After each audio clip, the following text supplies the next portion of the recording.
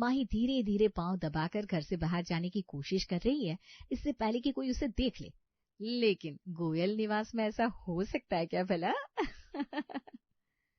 बहू, ओ बहू, कहाँ चली जा रही हो यूं मीना कुमारी बनकर?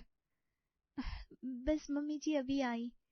अभी आई तो सुन लिया, लेकिन चल कहाँ दी ये तो बता दो बहू रानी। वो मम्मी जी बगल वाली भाभी के साथ जरा किसी के घर जा रही थी। उसे ना किट्टी कहते हैं। अगर तुझे पता ना हो तो मैं बता देती हूँ बहू। अपनी सास के मुंह से ये सुनकर माही दांतों तले उंगली दबा देती है। इनको न जाने कहां से सारी खबर लग जाती है। लगता है किसी ने इनको बता दिया कि मैंने किटी पार्टी ज्वाइन कर ली है। अब क्या करूं? ये तो हुआ आज का वाकया। अब सारा माजरा अच्छे से समझने के लिए हम आपको कुछ समय पहले लिए चलते हैं। आज की कहानी शुरू होती है छत्तीसगढ़ राज्य के एक छोटे से शहर बिलासपुर से, जहां रमा देवी अपने भरे पूरे परिवार के साथ रहा करती है। बेटा आलोक अब शादी के लायक हो चला था, तो उसके लिए अच्छी बहू की खोज भी शुरू हो चुकी थी। फिर एक दिन रमा जी अपनी पड़ोसन अनीता से बात करते हुए चाय की चुस्कियां ले रही हैं। क्यों रमा, अब कब तक सोचती रहोगी आलोक के लिए रिश्ता करना है कि नहीं? अरे करना तो है अनीता, लेकिन पहले वो कहता रहा जॉब जॉब जॉब। अब जॉब लगी तो अब अच्छी हो जाए। अब ऐसे करते करते पूरे 30 का हो चला है, लेकिन कोई ढंग की लड़की तो मिले। तुम कहो तो मैं अपनी भतीजी से बात चलाऊं। वो भी ये सब पढ़ाई लिखाई के चक्कर में 27 से कम की नहीं है। नेकी और पूछ पूछ। अरे चलाओ बात अनीता, अगर बात बन जाए तो फिर हम पड़ोसन से आगे रिश्तेदार बन जाएंगे। तुम कोई मांगा झांची हो तो अभी ही बता दो, फिर बाद में मजा नहीं आता। तुम तो ऐसे कह रही हो जैसे अभी तक मुझे जानती नहीं हो। अरे कोई कमी दिखती है क्या तुझे मेरे घर में, जो हम लोग लड़की वाले से मांगते घूमेंगे? हाँ, वो अपनी लड़की को जो भी खुशी से देंगे उसे हम रोकेंगे थोड़ी ना।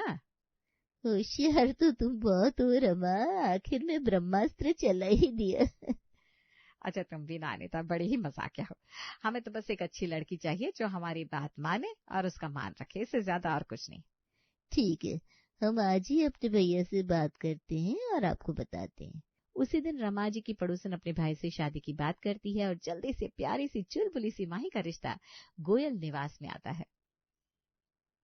क्या बुआ, आपने अभी से मुझे शादी के जंजाल में फंसवा दिया। मुझे भी शादी नहीं करनी थी। अरे पागल है क्या मेरी प्यारी भतीजी, इससे अच्छा रिश्ता क्या ही मिलेगा। और तो और मेरे बगल में आ जाएगी तू।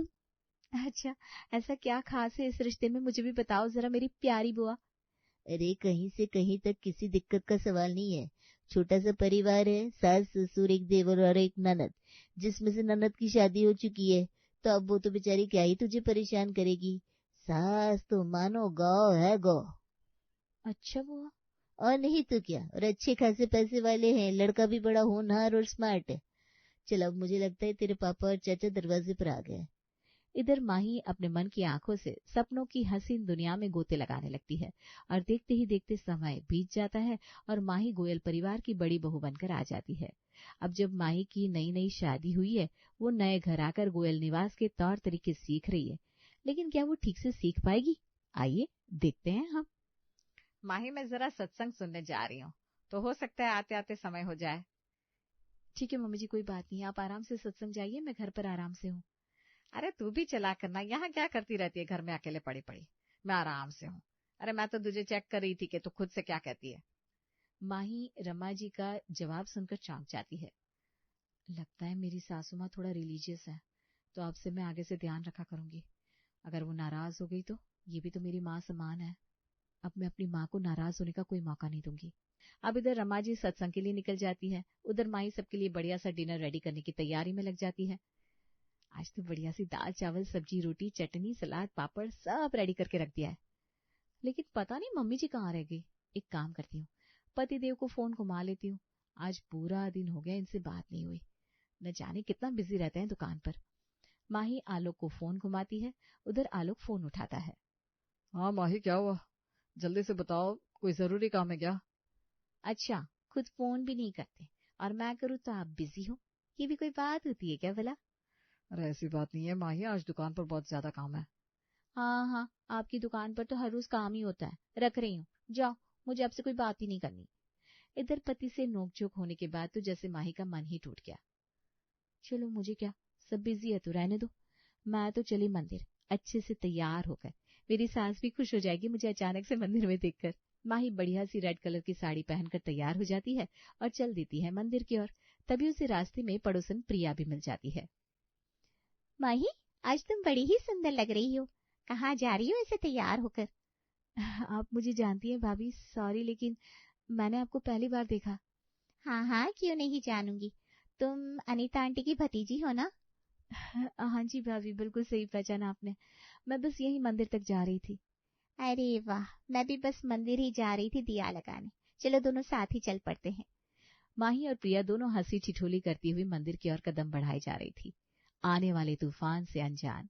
तभी अचानक सामने से रमा जी और अनीता जी आकर खड़ी हो जाती हैं। अपनी बुआ को सामने देखकर माही खुशी के मारे अनीता जी के गले लग जाती है। बुआ, मेरी प्यारी बुआ, आज आपको कितने दिनों बाद देखा। अरे हाँ हाँ ठीक है, ऐसे ये रोड पर गले लगना ठीक बात नहीं है। अब ये सिर्फ तुम्हारी बुआ नहीं है, हमारी पड़ोसन भी है, इसका ख्याल तुमको है कि नहीं? और वैसे तुम इतनी बन ठन कर कहाँ चल दी थी?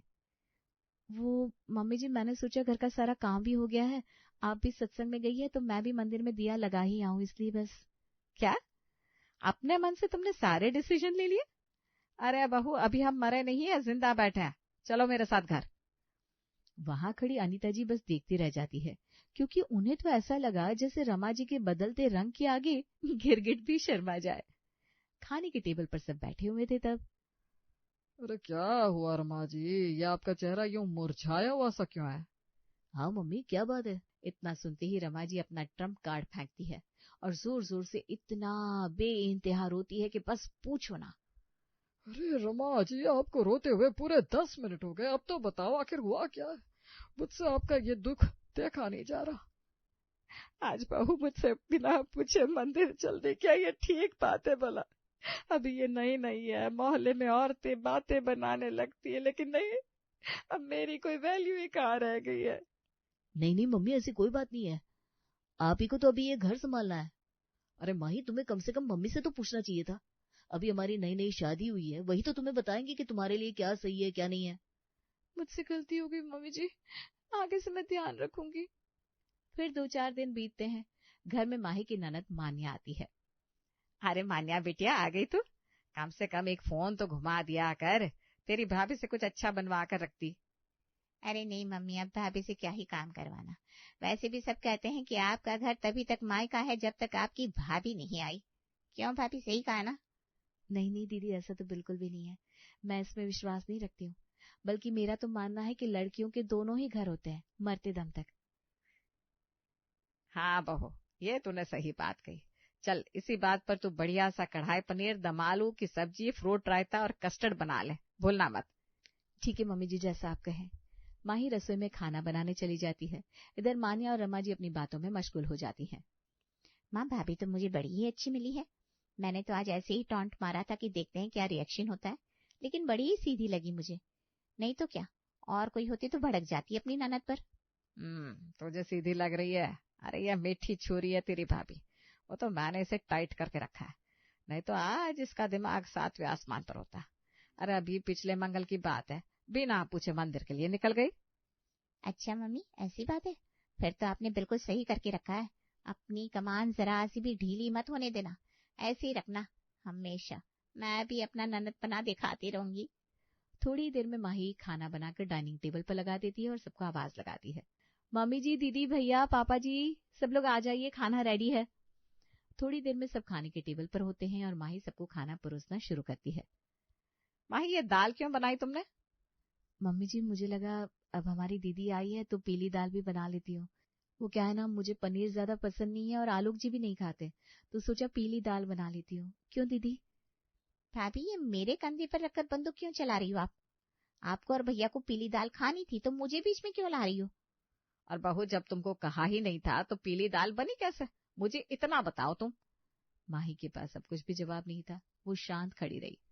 अब यूं ही खड़ी रहोगी या फिर रोटियां भी लेकर आओगी? जी मम्मी जी। माही के जाते ही मान्या और रमा जी ठहाका लगाकर हंसते हैं। देखते ही देखते समय बीतता है, लेकिन माही की सास और ननद के नेचर में कोई भी फर्क नहीं आता। इधर चुलबुली सी खुश मिजाज माही एकदम मुरझा जाती है। चलो, सावन का महीना लग गया है, आज ही हरी हरी चूड़ियां पहन लेती हूँ, इससे पहले कि मम्मी जी नाराज हो। माही ये सोचकर हरी हरी चूड़ियों से अपने हाथ भर लेती है कि इस साल उसकी सास खुश हो जाएगी, क्योंकि इसी बात के लिए उसे जबरदस्त डांट जो मिली थी। ये हरे कांच की चूड़ियां पहनी तेरे नाम की, राधा हो गई शाम की पहनी। तभी प्रवेश होता है माही के जीवन की राह, यानी कि सास रमा जी का। बड़ा ही जोर शोर से नाचा जा रहा है बहू रानी, क्या बात है आखिर? जी मम्मी जी, देखिए ना मैंने कितनी सुंदर चूड़ियां पहनी है, वो भी हरे रंग की। सावन का महीना बस शुरू ही हुआ है ना। आपको अच्छा लगा मम्मी जी? क्या खाक अच्छा लगा माही? तुमने एक बार भी नहीं सोचा कि पहले सास के हाथ भर दूं फिर पहनूं? और फिर एंट्री होती है माही के जीवन के केतु यानी कि ननद मान्या की। अच्छा, सास को पहनाओगी तो क्या ननद पीछे रह जाएगी? माही, तुमको तो जरा भी ख्याल नहीं है, अपनी ननद को भी पूछ ले। माही की खुशी पल भर में छूमंतर हो गई। बेचारी हंसना भूलकर अब रोने ही वाली थी, लेकिन उसे पता था कि अगर कहीं गलती से भी रो दिया तो उसे इतना सुनाया जाएगा कि उसके कान से आंसू निकल आएंगे। अच्छा मम्मी जी, दीदी आप लोग रुको, मैं आपके लिए लेकर आती हूँ। फिर सास और ननद को भी माही हरी चूड़ियां पहनाती है। आज तो इन्होंने मुझे किटी पार्टी में भी नहीं जाने दिया। पता नहीं ये मम्मी जी आखिर चाहती क्या है। अपनी माँ को भी कोई बात नहीं बता सकती कि कहीं वो दुखी ना हो जाए। बुआ जी ने भी मुझसे वादा लिया था कि मैं उनके मोहल्ले में उनकी नाक नहीं कटने दूंगी। अब करूँ तो क्या करूँ मैं। फिर एक दिन अनीता जी रमा जी के घर अपनी भतीजी से मिलने आती है। और कैसी हो रमा, कल सत्संग में नहीं आई? मैं तो ठीक हूँ समधन जी, तुम कैसी हो ये बताओ। समधन जी सुनकर अनीता जी की जुबान मुंह की मुंह में ही रह जाती है। क्या समधन जी, और ये क्या कह रही हो रमा, मैं तुम्हारी सहेली पहले हूँ। हाँ, पहले सहेली थी लेकिन अब तो समधन हो गई हो। तुमने अपनी भतीजी यहाँ ब्याह दी है ना? अच्छा, तुम तो बड़ा ही कमाल कर रही हो रमा। क्यों, ऐसा क्या कमाल कर दिया हमने भाई? तभी माही भी अपनी बुआ की आवाज सुनकर दौड़ती हुई बाहर आती है। बुआ, आप कितने दिनों बाद आई हैं। हाँ हाँ ठीक है, जाओ जाकर पानी लेकर आओ। अब जिनको अपनी बहू के हर काम से परेशानी इस हद तक थी कि जैसे सीधे को उल्टा और उल्टे को सीधा कहना तो फिर वो आज इस बात से कैसे चूक सकते थे। माही पानी के साथ मैंगो शेक भी ले आती है। अब क्या? अरे ये क्या ले आई तुम माही? वो मम्मी जी, बुआ जी के लिए मैंगो शेक है, मेरी बुआ को बहुत पसंद है, और आज अभी आलोक जी के लिए बनाया था तो ले आई। तो ये आलोक के लिए बनाया था ना, तो फिर बुआ जी के लिए कैसे इसे ले आई? जाओ बढ़िया सी चाय बना कर ले आओ, जितना बताया जाए उतना ही किया करो, ठीक है बहू? ठीक है मम्मी जी। माही वहां से मैंगो शेक का ग्लास उठाकर ले जाती है। फिर एक दिन, माही, माही दरवाजा खोल, मैं हूँ तेरी बुआ। माही दरवाजा खोलती है। अरे बुआ, आज आप बिल्कुल सही समय पर आई हो। अभी मम्मी जी और दीदी बाजार निकल कर गए हैं। मैंने उन्हें जाते हुए देख लिया था, इसीलिए दौड़ी दौड़ी चली आई। बुआ, आप भी ना बहुत उस्ताद हो गई हो। अरे उस्तादों के साथ उस्ताद बनना पड़ता है। लेकिन बेटा गलती मेरी है, मैंने ही तुझे हमेशा चुप रहने की सलाह दी थी। लेकिन सुन, जब पानी सर से ऊपर चला जाए तो फिर बांधों के दरवाजे भी खोलने पड़ते हैं। बस समय आ गया है, अपने को भी ठोस कदम उठाना पड़ेगा। क्या मतलब, मैं कुछ समझी नहीं। अरे बहू है तू इस घर की, कोई नौकरानी नहीं है। आजकल तो नौकरानी भी इतना नहीं सुनती है। मैं जैसा जैसा जो कहती हूँ तू मेरी बात सुनती जा, और तुझे ठीक ठाक वैसा ही करना है। ये क्या, इनके साथ पुश्ते भी ठिकाने आ जाएंगी। ऐसा क्या करना है बुआ? तू सुन मेरी बात को ध्यान से। अनीता जी अपना ब्रह्म ज्ञान माही को देती है और उसे ठीक वैसा ही करने की सलाह देती है। तू बिल्कुल वैसे ही करना, सब कुछ ठीक हो जाएगा। मैं चलती हूँ इससे पहले कि वो लोग घर आए। अगले दिन सुबह सुबह, बहू नाश्ते में आज क्या बनाने वाली हो? आप जो कहे मम्मी जी वही बना दूंगी। तो भाभी आप ब्रेड पकौड़ा ही क्यों नहीं बना लेती, बड़े दिन से मैंने नहीं खाया। हाँ दीदी, मैं ब्रेड पकौड़ा तो बना लूंगी, लेकिन कितने लोगों के लिए बनाना है? क्यों बहू, तुझे पता नहीं कि हमारे घर में कितने लोग हैं? मम्मी जी ये तो पता है, लेकिन फिर भी आपसे हर बात पूछकर करना सही रहता है ना। चलो ठीक है, अच्छा किया तूने मुझसे पूछा। देर से ही सही तुझे अकल तो आई। जी मम्मी जी। माही ब्रेड पकौड़ा बनाने रसोई में चली जाती है।